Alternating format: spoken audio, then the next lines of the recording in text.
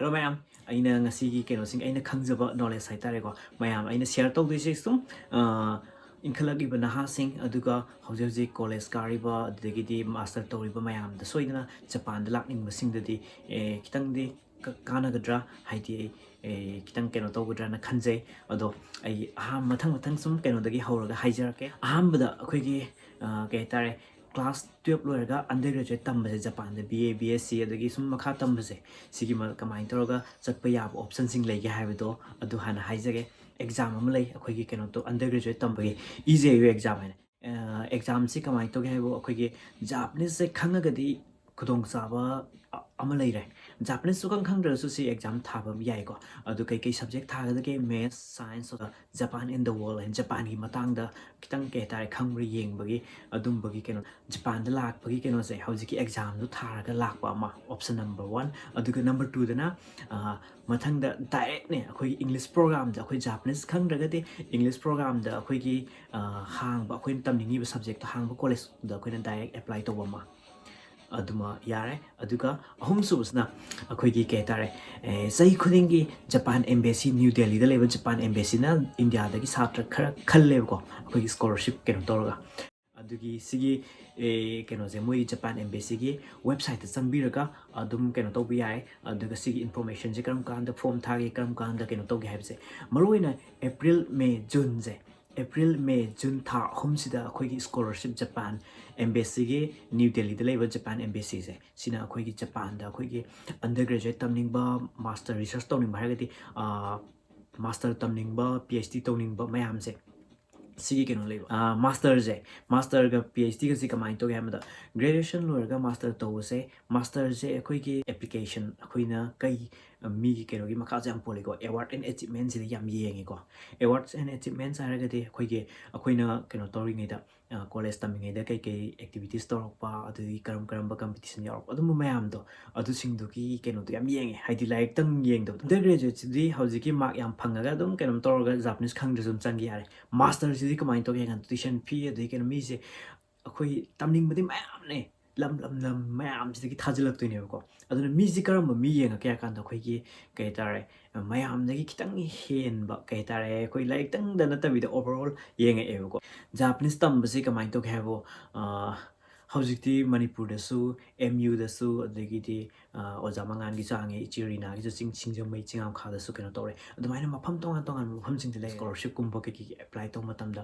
Japanese khange adu to hairagadi yamna keno tore aduga mayam na hange Japanese kyam level kyam khanga de Japanese level hana de ariba de level 4 level 3 2 1 level hojikti N5 4 3 2 1 lena adu India da N3 pass tawragadi 3 pass tawragadi akhoi company sing da sang khotpa dum keno to bi ai ko ado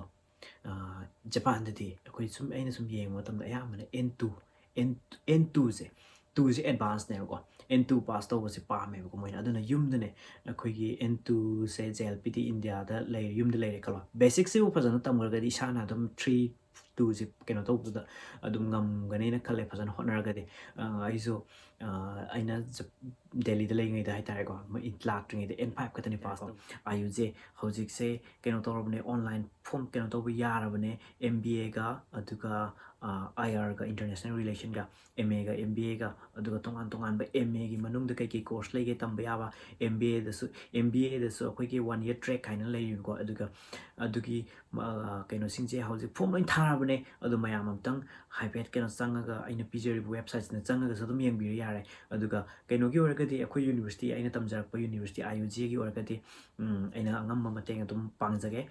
do mayam keno tobio charakpa ma hana changaga keno to pet yengbio khangdrakan da dum hangbiro ai adum aina ngam mateng pangjage Japanese tambase paisham change ado khwaidai hongna tamba yaba mafam sing haragati undergraduate organa BA tamge haragati keno JNU da tamba yare ado JNU gi se ayambana keno tawe akhoi gi ke tare class 12 haidokpa mayam je akhoi class 12 haidokpa ngairaga uina keno tongnai ko akhoi Manipur gi de ado class 12 ke haidok tringi da loina application online ki loin thabne ko aduna adu sing du thajin biraga keno toraga hayeng 12 result out ꯇꯧꯔ ꯃꯇꯨꯡꯗ ꯑꯗꯨꯝ ꯀꯩꯒꯨꯝꯕ ꯈꯜꯂꯛꯑꯒꯗꯤ ꯑꯗꯨ ꯇꯝꯈ꯭ꯔꯒꯗꯤ ꯑꯗꯨꯝ ꯌꯥꯝ ꯀꯥꯟꯅꯔꯦ ꯑꯗꯨꯒ ꯖꯥꯄꯅꯤꯁ ꯇꯝꯃꯒꯗꯤ ꯑꯗꯨꯝ ꯀꯩꯒꯨꯝꯕ ꯁ꯭ꯀꯣꯂꯔꯁꯤꯞ ꯍꯥꯏꯗꯤ ꯗꯦꯜꯂꯤꯗ ꯇꯝꯖꯔꯒꯁꯨ ꯀꯩꯅꯣ ꯇꯧꯔꯒꯗꯤ ꯑꯩꯈꯣꯏꯒꯤ ꯁ꯭ꯀꯣꯂꯔꯁꯤꯞ ꯈꯔ ꯄꯤꯔꯤꯕꯀꯣ ꯀ꯭ꯂꯥꯁꯔꯨꯝꯗ ꯀꯩꯅꯣꯗꯨꯗ ꯑꯩꯈꯣꯏꯒꯤ ꯐꯥꯔꯁ ꯁꯦꯀꯦꯟ ꯊꯥꯔꯠ ꯇꯥꯔꯒꯗꯤ ꯑꯩꯈꯣꯏꯒꯤ ꯑꯦꯛꯁꯆꯦꯟꯖ ꯄ꯭ꯔꯣꯒ꯭ꯔꯥꯝ ꯀꯩꯅꯣꯕꯨ ꯆꯠꯄꯕꯨ ꯑꯣꯏꯔꯣ ꯀꯣꯏꯕꯒꯤ ꯇ꯭ꯔꯤꯞꯄꯨ ꯑꯣꯏꯔꯣ ꯑꯗꯨꯝꯕ ꯈꯔ ꯑꯩꯈꯣꯏꯒꯤ ꯖꯄꯥꯟꯒꯤ ꯏꯌꯔꯂꯥꯏꯟꯁ ꯖꯄꯥꯟ ꯏꯌꯔꯂꯥꯏꯟꯁꯇ ꯀꯩꯅꯣꯗ ꯄꯤꯕ ꯌꯥꯎꯏ ꯑꯗꯨꯗꯒꯤꯗꯤ ꯑꯇꯣꯞꯄ ꯖꯄꯥꯟꯒꯤ ꯀꯝꯄꯅꯤ ꯃꯤꯠꯁꯨꯕꯤꯁꯤ ꯑꯗꯨꯗꯒꯤꯗꯤ ꯑꯇꯣꯞꯄ ꯀꯝꯄꯅꯤ ꯈꯔꯅ ꯀꯩꯅꯣ ꯇꯧꯕꯤꯕꯁꯨ ꯌꯥꯎꯋꯦ ꯁ꯭ꯀꯣꯂꯔꯁꯤꯞ ꯄꯤꯕꯤꯕ ꯑꯗꯨꯅ ꯑꯗꯨꯃ ꯂꯩꯔꯦ ꯑꯗꯨꯗꯒꯤꯗꯤ ꯗꯦꯜꯂꯤ ꯌꯨꯅꯤꯚꯔꯁꯤꯇꯤꯗꯅ ꯑꯃꯨꯛ ꯀꯩ ꯍꯥꯡꯒꯦ ꯍꯥꯏ ꯀꯥꯟꯗ ꯄꯣꯁ ꯒ꯭ꯔꯦꯖꯨꯋꯦꯠ ꯑꯃꯨꯛ ꯍꯥꯡꯉꯦ ꯑꯩꯈꯣꯏ ꯒ꯭ꯔꯦꯖꯨꯋꯦꯁꯟ ꯂꯣꯏꯔꯒ ꯑꯩꯈꯣꯏꯒꯤ ꯗꯦꯜꯂꯤ ꯌꯨꯅꯤꯚꯔꯁꯤꯇꯤꯗ ꯑꯩꯈꯣꯏꯒꯤ ꯆꯍꯤ ꯑꯅꯤꯒꯤ ꯑꯃꯅ ꯏꯟꯇꯦꯟꯁꯤꯞ ꯀꯩꯅꯣ ꯇꯧꯋꯦꯕꯀꯣ ꯑꯩꯈꯣꯏꯒꯤ ꯔꯤꯇꯟ ꯇꯦꯁ ꯇꯧꯔꯅꯤ ꯈꯜꯂꯛꯑꯒꯗꯤ ꯍꯧꯖꯤꯛꯀꯤ ꯀꯩꯅꯣꯗꯣ ꯇꯝꯕ ꯌꯥꯔꯦ JF1 ꯑꯩꯈꯣꯏꯒꯤ ꯏꯟꯇꯦꯟꯁꯤꯞ ꯀꯣꯔꯁꯁꯤꯃ ꯄꯣꯁ ꯒ꯭ꯔꯦꯖꯨꯋꯦꯠ ꯗꯤꯄ꯭ꯂꯣꯃꯥ ꯑꯗꯒꯤ ꯏꯟꯇꯦꯟꯁꯤꯞꯁꯤ ꯂꯣꯏꯔꯒ ꯑꯃꯨꯛ ꯑꯦꯗꯚꯥꯟꯁ ꯑꯃꯨꯛ ꯇꯝꯕ ꯌꯥꯏꯕꯀꯣ ꯆꯍꯤ 2 ꯑꯗꯨ ꯂꯣꯏꯔꯒꯗꯤ ꯆꯍꯤ 2 ꯇꯝꯕꯗꯨꯒ ꯑꯩꯈꯣꯏ JNUꯗ ꯆꯍꯤ 3 ꯇꯝꯃꯛꯄꯗꯨꯒ ꯃꯥꯟꯅꯩꯕꯀꯣ ꯑꯗꯨ ꯂꯣꯏꯔꯒ ꯆꯍꯤ 2ꯗꯨ ꯇꯝ ꯂꯣꯏꯔꯒ ꯑꯃꯨꯛ ꯖꯥꯄꯅꯤꯁꯇ ꯃꯥꯁꯇꯔ ꯇꯝꯕꯒꯤ ꯀꯩꯅꯣꯐꯥꯎ ꯌꯥꯏꯕ ꯑꯗꯨꯃꯥꯏꯅ ꯖꯥꯄꯅꯤꯁꯀꯤ ꯂꯦꯚꯦꯜꯁꯦ ꯍꯧꯖꯤꯛꯀꯤ DUꯗꯅ ꯆꯍꯤ 2 ꯇꯝꯃꯒ ꯊꯕꯛ ꯇꯧꯕꯒꯤ ꯀꯩꯅꯣ ꯇꯧꯕꯁꯨ ꯃꯌꯥꯝ ꯐꯪꯉꯦ ꯑꯗꯨꯒ ꯏꯁꯥꯅ ꯑꯩꯈꯣꯏꯒꯤ ꯖꯥꯄꯅꯤꯁ ꯁ꯭ꯀꯨꯜ ꯀꯩꯅꯣꯗ ꯆꯠꯂꯒ ꯗꯦꯜꯂꯤꯗꯗꯤ ꯃꯌꯥꯝ ꯂꯩꯈ꯭ꯔꯦ ꯑꯗꯨꯅ ꯑꯗꯨꯃꯥꯏꯅ ꯆꯠꯂꯒ ꯁꯇꯔꯗꯦ ꯋꯤꯛꯑꯦꯟꯗ ꯀꯩꯅꯣ ꯇꯧꯔꯒ ꯀ꯭ꯂꯥꯁ ꯂꯩꯕꯁꯨ ꯂꯩ ꯑꯗꯒꯤ ꯋꯤꯛꯗꯦꯁꯇ ꯀ꯭ꯂꯥꯁ ꯍꯞꯇꯥ ꯑꯃꯗ 3ꯂꯛ ꯑꯗꯨꯃꯥꯏꯅ ꯇꯧꯕꯁꯨ ꯂꯩ ꯃꯣꯏꯗꯤ ꯄꯨꯡꯗ ꯆꯠꯂꯦ ꯄꯨꯡ ꯑꯁꯨꯛ ꯇꯝꯕ ꯈꯣꯠꯄ ꯀꯥꯏꯅ ꯑꯩꯈꯣꯏꯒꯤ ꯑꯗꯒꯤꯗꯤ ꯖꯥꯄꯅꯤꯁꯁꯦ ꯍꯥꯟꯅꯗꯤ ꯑꯩꯈꯣꯏꯅ ꯇꯝꯃꯛꯄ ꯃꯇꯝꯗꯗꯤ ꯕꯦꯁꯤꯛ ꯏꯂꯤꯃꯦꯟꯇꯔꯤ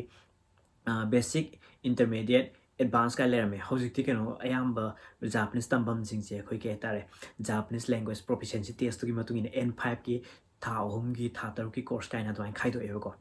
ꯖꯄꯥꯟꯗꯕꯨ ꯂꯥꯛꯅꯤꯡꯉꯒꯗꯤ ꯑꯩꯅ ꯍꯥꯏꯅꯤꯡꯕꯗꯤ ꯍꯧꯖꯤꯛ ꯀꯩꯅꯣ ꯇꯧꯗ꯭ꯔꯒꯁꯨ ꯖꯥꯄꯅꯤꯁꯁꯦ ꯈꯔ ꯇꯝꯃꯒ ꯂꯥꯛꯄꯤꯌꯣ ꯌꯧꯔꯛꯑꯒꯗꯤ ꯑꯩꯈꯣꯏ ꯁꯤꯗ ꯍꯧꯖꯤꯛꯁꯦ ꯃꯌꯥꯝ ꯃꯤꯁꯦ ꯁꯨꯝ ꯌꯥꯝꯈꯠꯂꯛꯑꯦ ꯑꯗꯨꯗꯒꯤꯗꯤ ꯃꯊꯪ ꯆꯍꯤꯗꯒꯤꯗꯤ ꯃꯌꯥꯝ ꯑꯩꯈꯣꯏꯒꯤ ꯂꯥꯛꯇꯧꯕ ꯈꯣꯠꯇꯧꯕ ꯃꯌꯥꯝ ꯄꯥꯎ ꯌꯥꯝ ꯇꯥꯏ ꯀꯩꯅꯣ ꯇꯧꯕꯒꯤ ꯂꯥꯛꯇꯧꯔꯦ ꯀꯥꯏꯅ ꯑꯗꯣ ꯌꯥꯝ ꯅꯨꯡꯉꯥꯏ ꯃꯌꯥꯝ ꯁꯨꯝ ꯃꯤꯁꯤ ꯌꯥꯝꯃꯛꯑꯒꯗꯤ ꯑꯩꯈꯣꯏꯁꯨ ꯁꯤꯗ ꯂꯩꯕ ꯑꯩꯈꯣꯏ ꯃꯌꯥꯝꯁꯦ ꯄꯨꯜꯂꯒ ꯍꯟꯗꯛ ꯑꯩꯈꯣꯏꯒꯤ ꯅ꯭ꯌꯨ ꯌꯔ ꯅꯨꯃꯤꯠꯇ ꯑꯗꯒꯤꯗꯤ ꯃꯇꯥꯡ ꯆꯥꯕ ꯁꯨꯇꯤ ꯂꯩꯀꯥꯟꯗ ꯑꯩꯈꯣꯏꯁꯦ ꯄꯨꯟꯁꯤꯟꯅꯔꯒ ꯁꯨꯝ ꯀꯩ ꯍꯥꯏꯇꯥꯔꯦ ꯀꯩꯀꯩ ꯇꯧꯕ ꯌꯥꯒꯦꯗꯣ ꯈꯟꯅꯔꯒ ꯑꯩꯈꯣꯏꯒꯤ ꯍꯧꯖꯤꯛꯇꯤ ꯀꯩꯅꯣ ꯇꯧꯕ ꯉꯝꯗ꯭ꯔꯒꯁꯨ ꯁꯣꯏꯗꯅ ꯃꯌꯥꯝꯒꯤ ꯃꯇꯦꯡ ꯑꯗꯒꯤꯗꯤ ꯁꯤꯗ ꯂꯥꯛꯄꯁꯤꯡꯒꯤꯗꯤ ꯑꯩꯈꯣꯏ ꯁꯤꯗ ꯂꯩꯔꯤꯕ ꯀꯥꯡꯕꯨꯁꯤꯅ ꯑꯩꯈꯣꯏ ꯁꯣꯏꯗꯅ ꯑꯉꯝꯕ ꯃꯇꯦꯡꯗꯤ ꯁꯣꯏꯅ ꯄꯥꯡꯒꯅꯤ ꯖꯄꯥꯟꯗ ꯂꯥꯛꯅꯤꯡꯕꯁꯤꯡ ꯈꯤꯇꯪ ꯀꯩꯅꯣ ꯇꯧꯁꯦ ꯑꯩꯈꯣꯏꯒꯤ ꯀꯩ ꯍꯥꯏꯇꯥꯔꯦ ꯏꯁꯥꯅ ꯈꯔ ꯊꯤꯖꯤꯟ ꯈꯣꯠꯆꯤꯟ ꯇꯧꯖꯔꯒ ꯍꯣꯠꯅꯕ ꯈꯔ ꯀꯜꯂꯒꯗꯤ ꯂꯣꯏꯅ ꯑꯩꯅ ꯇꯧꯖꯔꯤꯕ ꯊꯕꯛꯁꯤꯗꯤ ꯀꯩꯁꯨꯝ ꯊꯕꯛ ꯃꯆꯥꯅ ꯍꯥꯏꯇꯥꯔꯦ ꯑꯩꯉꯣꯟꯗꯒꯤ ꯍꯦꯟꯕ ꯌꯥꯝ ꯆꯥꯎꯕ ꯑꯗꯒꯤꯗꯤ ꯀꯩꯅꯣ ꯇꯧꯕ ꯃꯌꯥꯝ ꯇꯧꯕ ꯌꯥꯏꯑꯕꯀꯣ ꯑꯗꯨꯅ ꯑꯗꯨꯁꯤꯡꯗꯨꯒꯤ ꯀꯩ ꯍꯥꯏꯇꯥꯔꯦ ꯐꯥꯎꯟꯗꯦꯁꯟ ꯈꯤꯇꯪ ꯀꯩꯅꯣ ꯇꯧꯅꯕ ꯈꯪꯗꯕ ꯈꯣꯠꯇꯕ ꯑꯣꯏꯔꯣ ꯑꯉꯝꯕ ꯃꯇꯦꯡ ꯄꯥꯡꯒꯦꯅ ꯑꯩꯅ ꯚꯤꯗꯤꯑꯣꯁꯤꯡꯁꯦ ꯁꯨꯝ ꯁꯦꯝꯖꯕꯅꯦ ꯃꯔꯛꯇ ꯍꯣꯏ ꯀꯣꯏꯕ ꯆꯠꯄ ꯆꯥꯕ ꯀꯩꯗꯧ ꯃꯌꯥꯝ ꯑꯃ ꯁꯦꯝꯃꯦ ꯑꯗꯨ ꯑꯣꯏꯔꯒꯁꯨ ꯑꯩꯈꯣꯏꯒꯤ ꯃꯇꯝꯒꯤ ꯃꯇꯨꯡ ꯏꯟꯅ ꯑꯩꯈꯣꯏꯒꯤ ꯀꯩ ꯍꯥꯏꯇꯥꯔꯦ ꯁꯨꯝꯕ ꯑꯩꯈꯣꯏꯒꯤ ꯁ꯭ꯀꯣꯂꯔꯁꯤꯞꯀꯤꯕꯨ ꯑꯣꯏꯔꯣ ꯀꯩꯅꯣꯒꯤꯕꯨ ꯑꯣꯏꯔꯣ ꯑꯩ ꯑꯗꯨꯝ ꯚꯤꯗꯤꯑꯣꯁꯦ ꯂꯦꯞꯇꯅ ꯑꯗꯨꯝ ꯀꯩꯅꯣ ꯇꯧꯔꯒ ꯍꯥꯞꯆꯔꯛꯀꯦ ꯑꯗꯨꯒ ꯑꯩꯅ ꯁꯣꯏꯕ ꯂꯥꯟꯕ ꯁꯨꯝ ꯑꯩꯅ ꯁꯦꯝꯖꯔꯤꯕ ꯑꯩꯅ ꯉꯥꯡꯖꯔꯤꯕꯁꯤꯡꯁꯤꯗꯤ ꯑꯩ ꯏꯁꯥꯅ ꯀꯩꯅꯣ ꯇꯧꯖꯕ ꯀꯩꯝꯇ ꯀꯩꯅꯣ ꯇꯧꯗꯕꯤꯗ ꯁꯨꯝ ꯀꯩ ꯍꯥꯏꯇꯥꯔꯦ ꯑꯩꯒꯤ ꯊꯃꯣꯏꯗ ꯂꯩꯕ ꯑꯩꯅ ꯍꯥꯏꯅꯤꯡꯕꯁꯤꯡꯗꯣ ꯃꯌꯥꯝꯗ ꯁꯦꯌꯔ ꯇꯧꯖꯕꯅꯦ ꯑꯁꯣꯏ ꯑꯔꯥꯟ ꯌꯥꯎꯔꯁꯨ ꯃꯌꯥꯝꯅ ꯁꯦꯝꯗꯣꯛꯄꯤꯔꯛꯀꯅꯤ ꯑꯗꯨꯒ ꯍꯥꯏꯕꯤꯔꯛꯀꯅꯤ ꯈꯟꯖꯩ ꯃꯇꯨꯡ ꯇꯥꯔꯛꯄ ꯚꯤꯗꯤꯑꯣꯁꯤꯡ ꯑꯩ